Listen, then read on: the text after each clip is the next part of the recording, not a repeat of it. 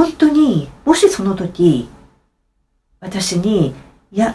イスラムは実はこうなんだよっていうことを言ってくれる人がいれば、私はもしかしたらその時にイスラムになってたかもしれないんですけども、誰一人として私のなんですかね、つまらない攻撃、つまらない質問にちゃんと答えてくれる人がね、いなかったんですよね。で、やっぱりダメじゃんとかって思ってたんですね、イスラム、所詮とか思ってはいたんですけれども、どういうわけかなんか興味はありましたね。イスラムに興味はありましたね。それで、日本に帰って、時間はいっぱいありまして、でお金はなかったので、図書館に行って、いっぱい本を借りて、何の本を借りたかっていうと、アラブに行ってみたいなっていう気持ちになってきたので、そのアラブに関する、どっちかっていうと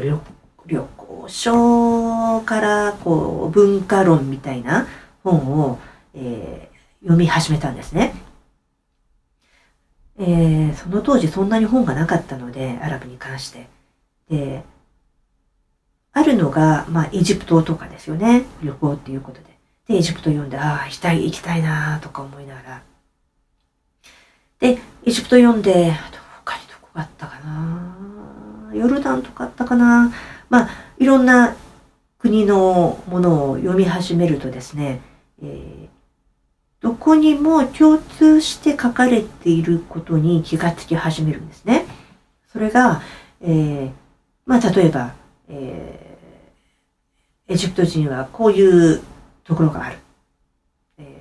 イラク人はこういうところがある。ヨルダン人はこういうところがあるっていうことを読むとですね、そのベースにはイスラムのアイデアがあるからだと何かにつけイスラムっていうのが出てくるんですね。これはイスラムの考え方に基づいてこうであるとか、イスラムが出てくるわけで、みんな一緒なんですね。どの国もね、当然なんですけど。そうすると、じゃあ、イスラム読むしかないな、っていうことで、イスラムに移り始めたんですね。で、イスラムの本を読み始めまして、ほとんど本なかったんですけれども、そうですね、本が少なかったですね。それで、何冊かある本の一番後ろに出版とかで出てきているのが、イスラミックセンタージャパンっていうのがあったんですね。でその当時そこぐらいしかなかったんですね、そのセンター的なところが。で、イスラミックセンタージャパン、見ると東京で近いということで、訪ねて、そうすると一応なんか薄いパンフレットだったんですけれども、がいくつかあったので、それを全部もらって、で、読んだんですね。で、そうですね、イスラムの信仰があったかと思ったら、イスラムと女性とか、イスラムの結婚観とか、イスラムと社会だったかな、イスラムと経済とか、結構あるんですね。薄いパンフレットなんだけれども、信仰だけにとどまらず、いろんなことに関してあるんですね、パンフレットがね。面白いなぁと思って読みまして、で、読むとですね、当然、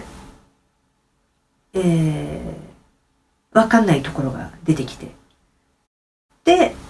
イスラミックセンターに行って、これどういう意味ですかっていうふうに尋ねるわけなんですね。で、そこで、何人かのイスラム教の人とも出会って、ちょうどそこでやっていたアラビア語講座を受けたりなんかもしたんですけれども、読めば読むほど、理にかなっている、矛盾がないんですね。矛盾がない。わかりやすい。誰でもわかる。子供でもわかる。本当にれがおかしなことを言っていないっていうことは、多分小学生でもわかる。っていうぐらいに、シンプルで、明快で、なんか無理が全然ないんですね、理解に。ちゃんとこう、意味が通ってる。矛盾がない。で、だんだん、これでしょうっていうふうに思い始めたんですね。これで間違いないんじゃないっていうふうに思いましたね。これで間違いないんじゃないって本当にそういうふうにね、思いましたね。書いてあることが、すごいこう、感動を呼ぶような書き方が書いてあるわけでもなくって、本当にシンプルに箇条書きのように、こう、書いてあるんですけれども、それが可能なんですね、イスラムは。矛盾がないから。ちゃんと、こう、ゴールに向かって、筋道がはっきりしてるから、書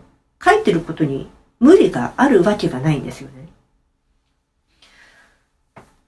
で、本当に、夫ターヒルさんは、ムスリムになる前にクラーンを一通り全部読んだって言ってましたけれども、私はもうそんな必要もないと思いましたね。まあ、ちょっとは読んだんですけども、コランってね、こうお話として分かりにくいじゃないですか。順々に読んでも。で、まあ、それはそれで、みたいな。それよりも、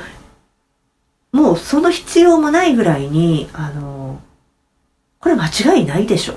ていうふうに思ったんですね。で、間違いないでしょうって思えば、理解するとですね、そこに、要するに、神が人に求めていることをやらざるを得ないくなってくるんですね。